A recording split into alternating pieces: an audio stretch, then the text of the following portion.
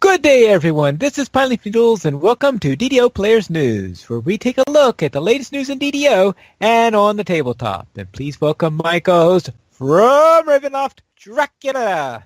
Hey now, everybody. How's it going? I'm having a good evening. It looks like, though, that the staff at Standing Stone Games is still getting slowly back into the work stride because not much has happened yet. But we do have a small patch. We do. We had Update 37 Patch 2. It came out on Thursday of last week, and it fixes quite a bit of things, actually.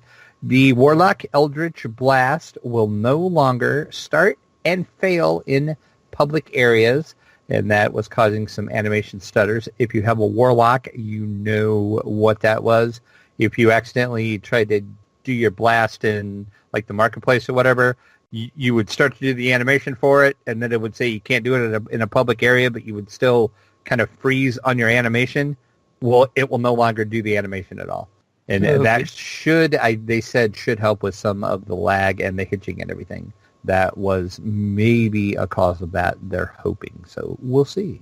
Also, in the Warlock vein, Warlocks are no longer displaying their weapons while using said Eldritch Blast. The Warlock and Might and Spirits Knockdown Ward no longer displays on the buff bar. Also corrected an issue where Barbarians could get locked out of their Intimidate skill if they had certain enhancements trained. What? That could be very bad for a Barbarian. It's like, I'm a Barbarian, I'm going to... Oh, wait, no, I'm not going to intimidate you anymore because I can't intimidate. So, never mind. Bad Barbarian. The Artificer Battle Engine... Endless False Aid now properly is considered to be an action boost. And the armor class bonus provided in Cleric's Protection Domain, tiers 1 and 4, will now stacked with equipped armor. And a few other changes. The Howler's Quill attack is now displaying on your debuff bar. All right. Hate those Howlers and their Quills attack. Then some sentient filigree changes. The Electrocution's electric spell power now is applying properly. Armor class bonuses from filigree now stack correctly. And stealth filigree no longer states that they will give a +4 to hide and move silently. And the big one that a lot of people were excited about is tomes. The drop rate of tomes have been increased. In the Curse of Strahd, the Old Baba's Hut, Defiler of the Just, and Riding the Storm Out raids. So if you find yourself running those raids, you have a better chance of getting tome. And everybody rejoices. Yay! The Ravenloft raid now has a higher drop rate for +8 ability tomes, and the +7 to +8 upgrade tomes as well. And along that same line, Riding the Storm Out, Defiler of the Just, will now drop +7 tomes and 6 to 7 upgrade tomes as well. So it is a Tomapalooza going on. Tomapalooza. Then all Ravenloft set bonuses have had their buff bar icons updated. Glamored items will no longer count towards set bonus totals and no longer trigger a set bonus recalculation. That was a mistake, and people were getting buffs they shouldn't have got. People are upset about it, but it's like, come on. When you glamour an item, you know you're just making a copy of it, and you don't get the stats for it. I mean, come on. Right. Come on, people. People, I tell you.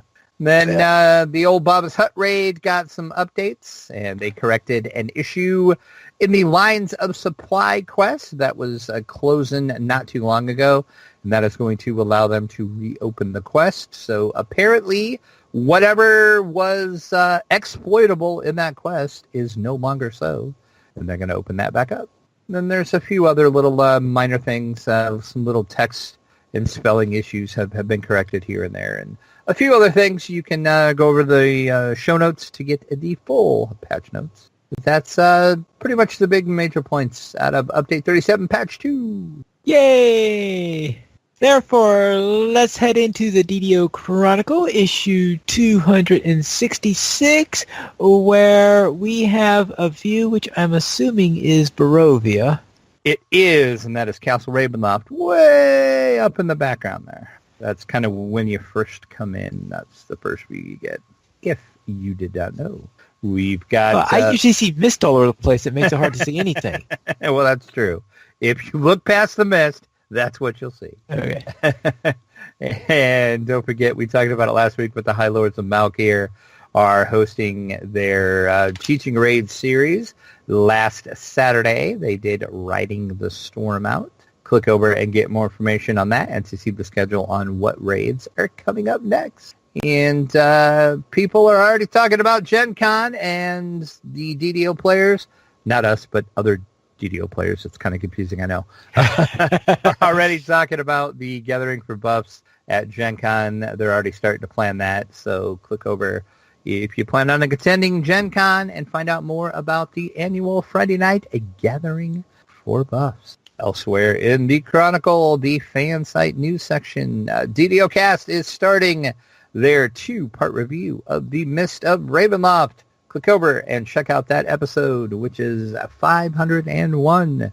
And that features little old me. I am on that show. Ooh, what? They invited you for a Ravenloft review? Yeah, I know, exactly. It's like, gee, why am I on the show, Patrick? I have no idea.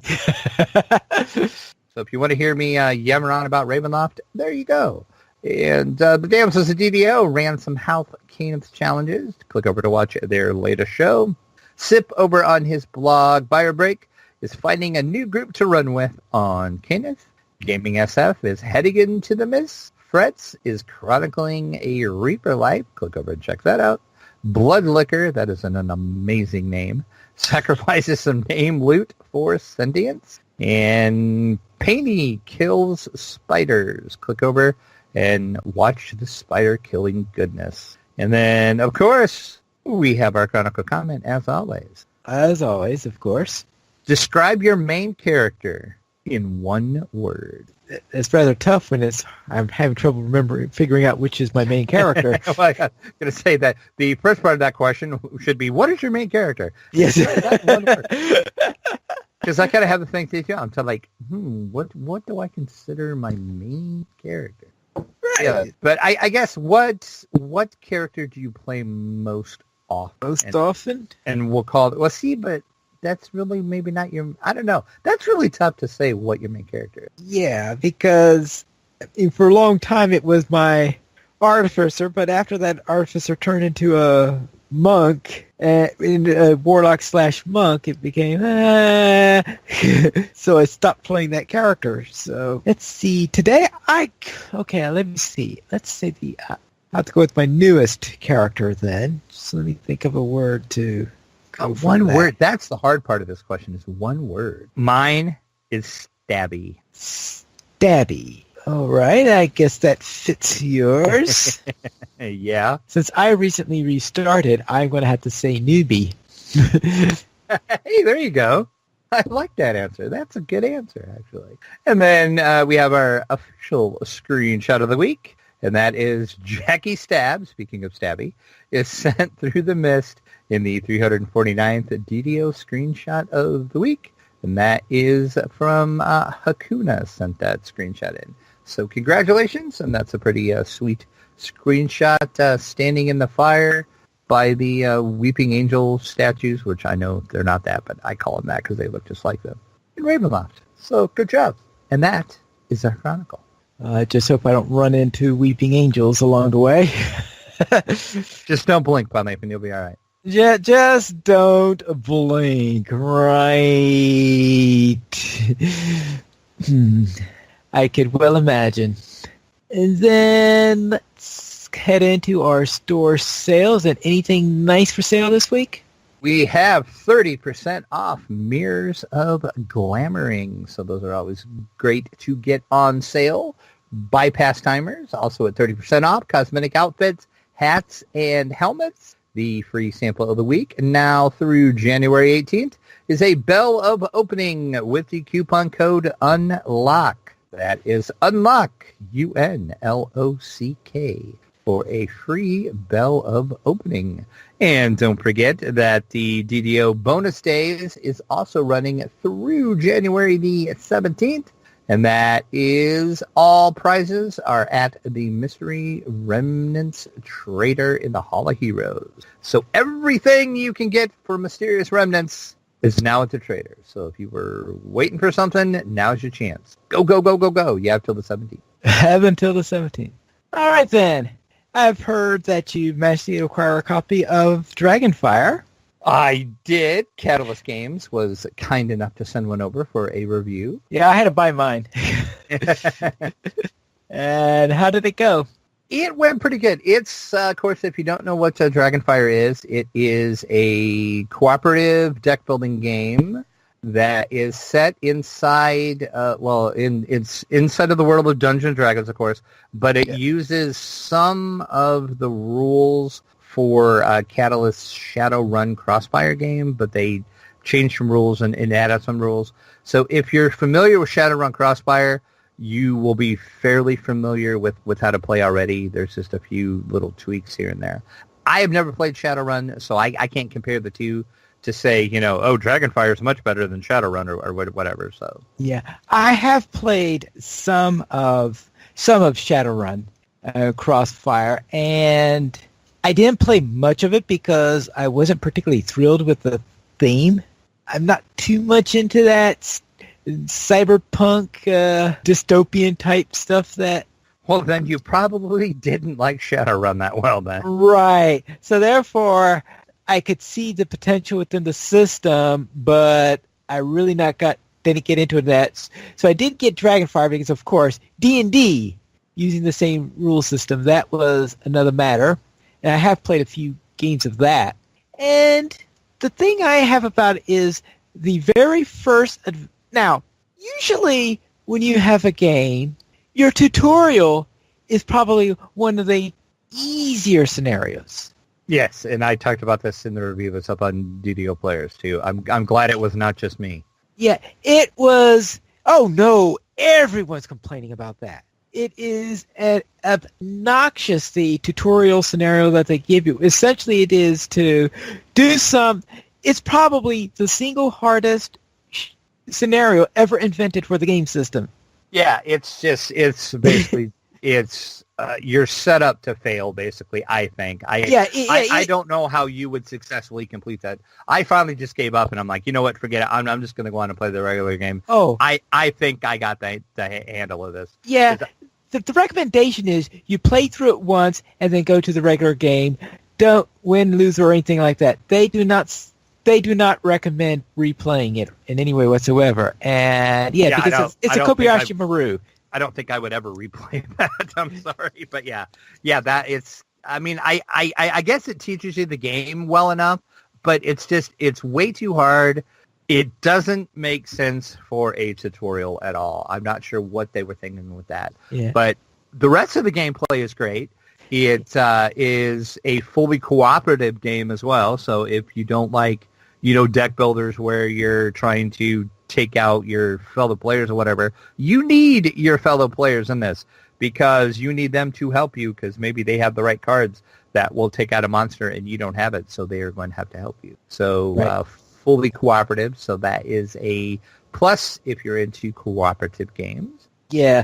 The other scenario that I thought is the very first one in the campaign, which is another one where I felt like they put one of their toughest scenarios in there because it looks like the dungeon crawl turned up to 15.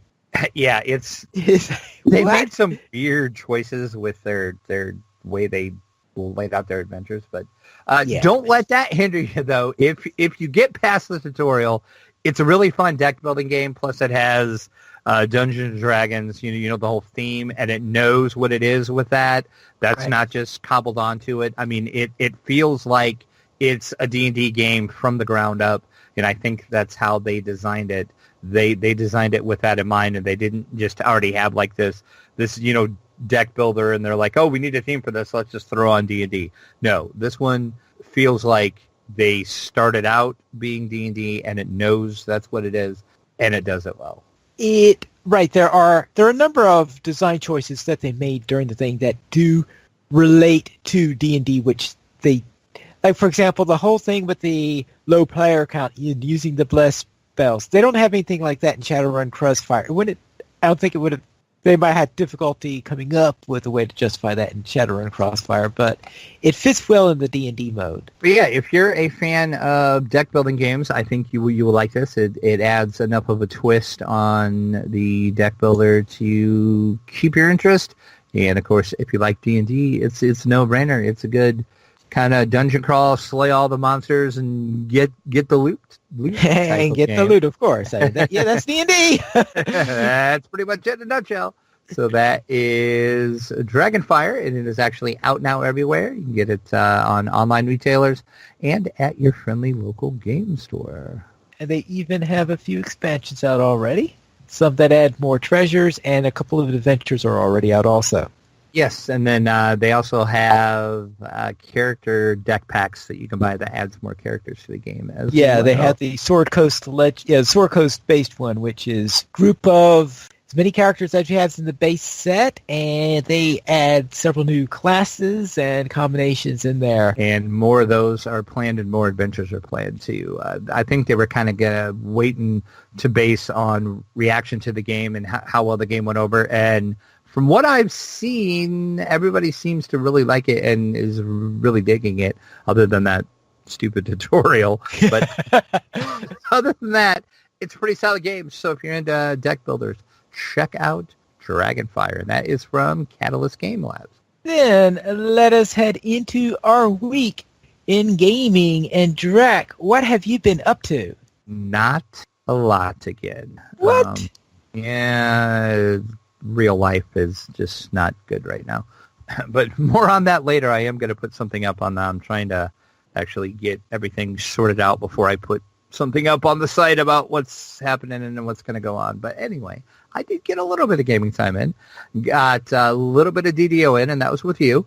We actually finished up Ravenloft on our level 13 characters. We were running the Light of the Land quest, which was Wrath of Earth, Ravensbane, and Sunrise. So that rounded out Ravenloft. Kind of sad that we're actually done with Ravenloft already. Yeah, there is that, because we don't have the raid to try to prep for. Yep, exactly. So yeah, now we got to figure out what we're going to do when we play every week now, because we have conquered Ravenloft, at least the heroic side. At least the heroic version of it. Ravenloft, yeah. So. And then other than that, I didn't get a chance to play any more DDO. Every time I tried, stuff came up and I could never play. So I was actually kind of looking forward to playing some DDO this week, but nope. Did get some other video game playing in, though. Of course, our weekly 7 Days to Die game that we're doing. It was permadeath, but we decided to change things up a little bit. So we started over with a new world, so a brand new game. And what we did this time is everybody started out alone. And then if you found somebody, if you were just running around exploring, looting, killing things, trying to find a place to survive and stay, if you ran into another survivor, you could friend them and be your ally with them in game. And then you could hop on the call with them. So up until this point, you were literally alone. You weren't on a Skype call. You were just in this world alone, but you knew there was other people out there. You just didn't know where they were. So you weren't allowed to send messages or anything like that through other means either. Correct. It was literally you were alone and you knew other people were out there, or at least you hoped other people were out there, but you didn't know where they were. But yeah, so it ended up, we actually, by the time it was over in our play session, everybody found each other except one person. Rent is still all by himself. Ooh. So poor Rent, because we're getting ready for our first horde. The 7-day horde will be the next time we play. So, and then we're not doing permadeath anymore per se, but what we're saying now is you can die 2 times during a game session, and after your second death in one game session, you're out for the night, but you can come back for the next time we play. Okay. And that's just so, you don't get too reckless and you don't get too cocky, and, so that way you have to, watch and not actively try to get killed. because if not, you could just get killed over and over, and it really wouldn't mean anything. So at least this way, you kind of have to be careful. But yeah, as I said, we have our first 7-day horde coming up, so that will be interesting to see if we survive that, because we're really not prepared for it. So we'll see how it goes. You're not prepared. And then the only other thing, video game-wise, I got a chance to take a look at the new upcoming Pathfinder Kingmaker game. And if you are not familiar with that, that is the first isometric party-based computer video role-playing game set in the Pathfinder universe. It was a successful Kickstarter, and they are now in a pre-alpha build, and they were kind enough to provide me with a press key for that pre-alpha build. It's really buggy and really messy right now, but it's pre-alpha, so that makes sense. No shock. Yeah, exactly. But yeah, look for coming soon. I'm going to put up a first look video at that, and you can kind of check out some gameplay, and we'll show off some things. But they just wanted me to make sure that people knew anything they see or anything I talk about, make sure that it is known it is pre-alpha, so it's buggy, it's a mess, they know it is, it's a work in progress, it will get there. So they were just afraid, You hope it gets there, yes. Yeah. They just, were afraid if I started releasing stuff and people see, like, all the bugs and all the errors and stuff, and they're like, well, that game's not worth it. It's like, well, this is what alpha means, Alpha means there's problems. So, yeah. So look for that video soon.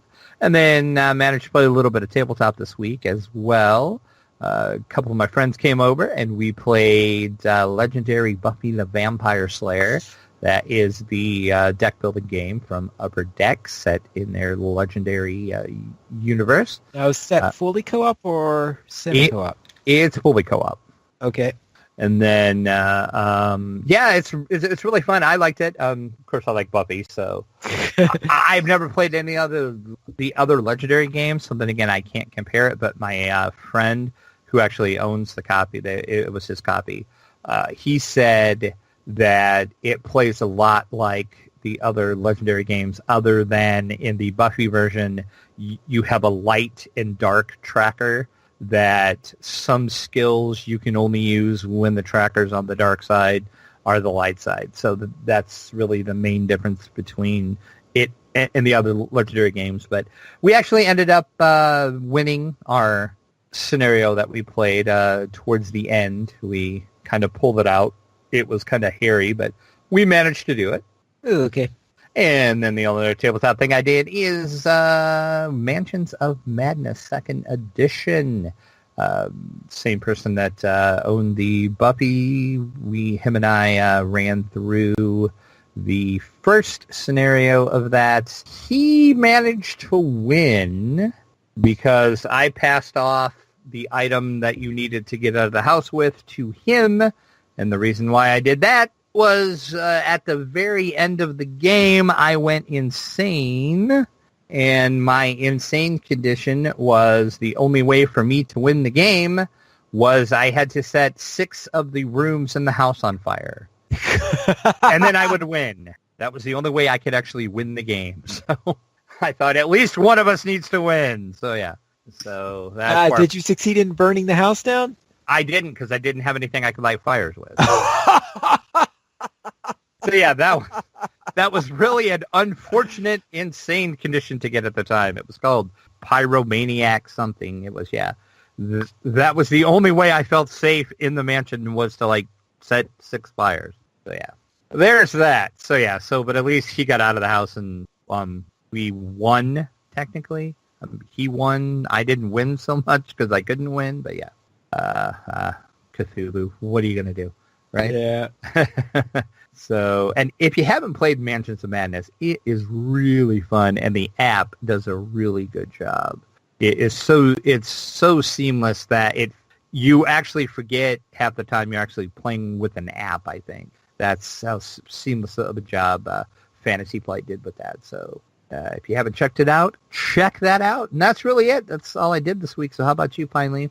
Other than what we did in Ravenloft, which I talked about, what else were you up to this week? Well, I will then head on to my ASMR Favored Soul. But this is the one that I was thinking of as my new main. And I went to the marketplace, ran the Sharn Syndicate quests, and I did, of course, the Stand Your Ground, which is the quest where it helps if you could do some healing. So I managed to get some healing off during the time. I still need to work a bit. This is why newbie would probably be the good description on there. It's being able to click on there and smoothly do the healing, being able to do the lock. In other words, do the hard selection for them and being able to get them all healed up. Yeah, I did it. I managed to get through it, but I think it still needs a little bit of work for the long term on the matter. The other place where I went and had something interesting happen was, of course, in the Bookbinder Rescue. I had it all ready to be the next one, and I'm going on there, oh no, not the Bookbinder Rescue. And when we were playing our game, I think it was Tuesday, when I was all set up to do that, I said, okay, it's not time to go in there, and it was getting late anyway. So I said, all right. But I did put myself in a position to repossession before that. Wondering, probably will never finish Sharn anyway. So therefore, the next day when I wasn't doing that character because we were having our thing about finishing up Ravenloft, and I saw the patch notes and it said, they're changing Bookbinder Rescue to no longer require you to save the NPCs. Yeah, I guess we should have talked about that when we did the patch notes. I didn't even think about that. But yeah, what it is now is that is totally optional. You cannot fail the quest if they die now, which is, I think, many of us out there, raise your hands if it's ever happened to you, failed that stupid quest because one of the family members ran off. So yes, no longer an issue. So what they changed it to is that you're required to find all 4 family members, and of course to take care of the thugs that are in the house. So if you do that, you complete it, you get optional quests for saving each of the 4 members. So you get some additional XP if you do manage to rescue each of them. So yes, there is incentive to actually go and get them out of there alive. But at least you don't fail the entire quest because one of them did something stupid. Yeah, exactly. And my luck was always, it was about usually the last one that did something stupid. I was almost done. It's like, and I failed. So, oops. That happened a lot. So, well, good. So therefore, I had a little bit easier time than that because I actually managed to rescue them all 4 anyway, despite the fact that I thought that there was no way I was going to do it because I didn't have a particularly high strength and really had no way of doing it. And you can't order your hireling to. I had a fighter hireling. Why can't my hireling bash down the doors? It is locked. I never understood why you couldn't actually order them to bash down a door. Sometimes I notice with hirelings, if you start hitting on it, they'll start hitting on it too. That's about the only way to, like, quote unquote, make them hit on something. Oh, okay. So I can't remember if I had mine on aggressive or not. Yeah, it doesn't always work because, hireling AI. But normally, if you start hitting something, they'll kind of say, "Oh, you want me to attack that?" So they'll do it too. So something to keep in mind for future reference. All right. Yes, I will keep that in mind. Then, after finishing that up, and I forgot to note that I left out a quest, and because I finished the entire Sharn Syndicate, so of course I did come out and slay at the end of that. Then I went and decided to head on to other quests within the marketplace. I went to the sewer area where I ran the Sacred Helm, and I had a little bit of time left, but not enough in order to do any of the Chanticleer stuff, so I ran Missing in Action. So that's where I'm at on the Aasimar right now.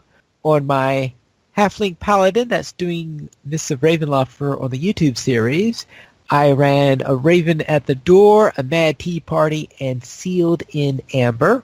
And then I went out to the Sands of Menectaran in order to get some extra XP so that hopefully I could be level 12 in order to start the third group of quests, since those are level 12 quests. So I ran Slayers out there and ran Raid the Volkurim, Maraud the Mines, and the Chamber of Ramat.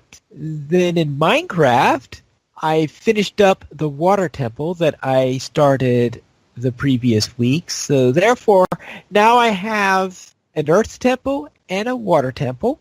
And I think I have a reasonably good looking Water Temple in there. It is tricky trying to see how close I can come to what you have in the original module. At the same time, of course, trying to figure out how to do it. The fountain, for example. I couldn't have a fountain dropping down the 7 plates down as you have in the original modules, but I did have a cascading fountain there in the outer area, and I also put a cauldron there to act as where you're supposed to bring the water when you do the quest. So I tried to simulate what you need to do, even if I couldn't duplicate what's going on there exactly. And I also created a sheep farm because I, for a long time, did not have any sheep because I live in a mega taiga, and mega taiga doesn't have too many grassy areas because half of it is podzol, so therefore fewer places for sheep to spawn. And if sheep spawn, there's always the possibility that a wolf will spawn near it and have some sheep for dinner. But therefore, I've actually managed to find 2 sheep, breed together, and managed to start breeding them up. So now I have a sheep farm that is able to cover all 16 of the colors of wool in the game. And now on the tabletop, I played some one-deck dungeon, Forest of Shadows. This was for that 12 by 12 challenge I mentioned last time. And I got in there, reached the 2nd floor, and was completely torn to shreds. I am playing the Hunter now, so I'm trying to get used to that particular character, and obviously this is going to take a little bit of work because that's the same dungeon I managed to beat on the Warden a couple weeks ago. So yeah, it needs work there. I then tried playing Deep Space D6, which I hadn't played in a while. I did this pretty much medium setting, no boss or anything like this. So this is on the Halcyon, which is the easiest ship. I figure I must get along there pretty well. I shouldn't have too much difficulty. Whack! Whack, whack, whack, whack, whack. Didn't make it halfway through. Really, I think I had one of the nastiest starts that I ever had in that game. Then I went to Onirim, base game only, after being slapped around a few times. Better start on the easiest setting on there. So base game only, and I actually tore it to pieces. I think I must be really getting the base game down because I pretty much cruised to victory on that particular run.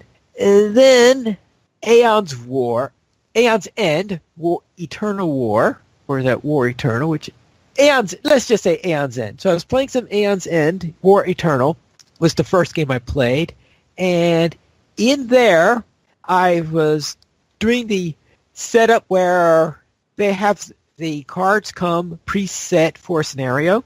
So I said, okay, I'll do the preset scenario first. So I played that, which is playing against the Umber Titan, and I was playing two-handed, and I barely managed to squeeze through a win there, so that was nice.